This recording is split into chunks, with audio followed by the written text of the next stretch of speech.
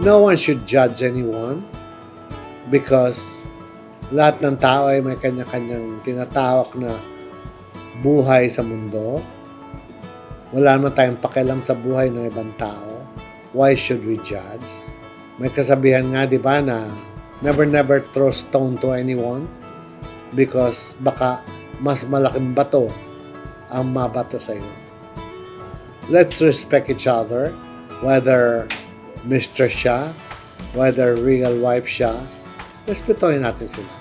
Dahil silang tao, kung hindi naman nila ginusto na maging mistress sila, the only thing is, nagmahal sila. Yung pagmamahal na yon, ang dapat nating irespeto dahil mahal nila yung tao. Hindi ka naman magtatagal sa isang lalaki kung hindi mo siya mahal. Hindi naman siguro magtatagal yung lalaki na iiwanan yung kanyang asawa at mga anak, kundi rin niya mahal yung kanyang mistress.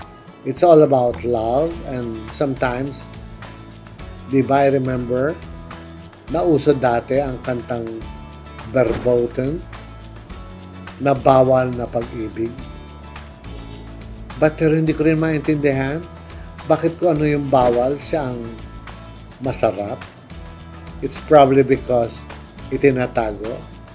Anything that is out in the field is not exciting and thrilling anymore. But anything that is verboten is very flattering. Nandiyan siya lagi, gustong-gusto ka niya. You know, for a person, whether you're bading, whether you're lalaki, whether you're the wife, whether you're the mistress, the fact that he's there is very flattering. Kaya, sa inyong lahat, mag-enjoy lang po tayo ng buhay.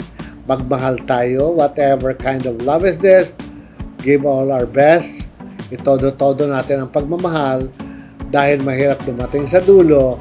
Nasasabihin natin, dumating siya pero hindi ko binigay ang lahat-lahat.